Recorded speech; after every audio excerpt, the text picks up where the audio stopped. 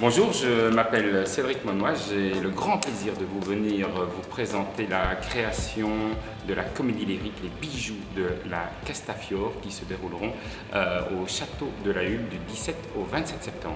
L'origine est simple, hein, elle est double à la fois. C'est d'abord, au départ, nous depuis maintenant 20 ans, on organise des opéras en plein air au château de la Hulle, au château d'Oydonc en Flandre, dans la cour du Palais des Princes-Évêques. Donc on avait l'envie de se faire plaisir et de fêter nos 20 ans. Mais alors, quelle œuvre choisir? On les a toutes faites en fait. Hein. Et donc on s'est dit, mais pourquoi pas tenter une création?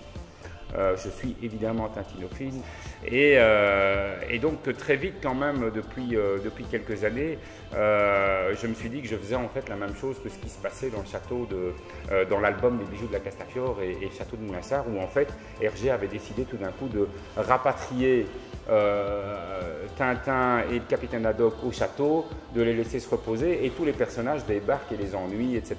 Voilà. Et donc j'ai fait appel à François de Carpentier. Voilà. Et donc ensemble on a écrit cette histoire qui était en fait assez simple, puisque c'est vrai que tout se passe en fait au château de Moulinsart, façade qui ressemble comme deux gouttes d'eau à la façade du château de la Hulle.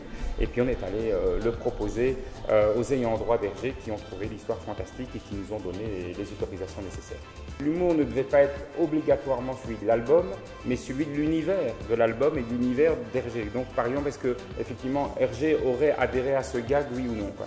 C'était un petit peu le principe, et dans ce cadre-là, on a pris une décision qui a beaucoup plu à toute l'équipe chez Moulinsart.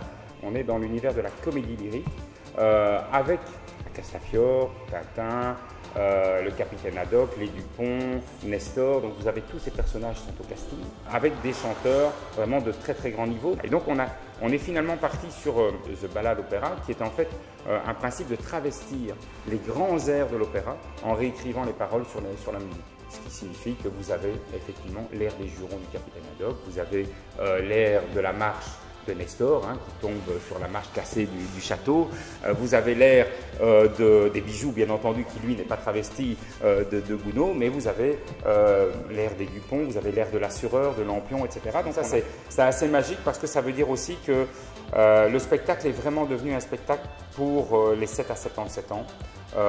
Parce que vous allez redécouvrir des personnages fantastiques dans un cadre fantastique avec une musicalité que vous connaissez de la première note à la dernière note. Merci. Merci beaucoup.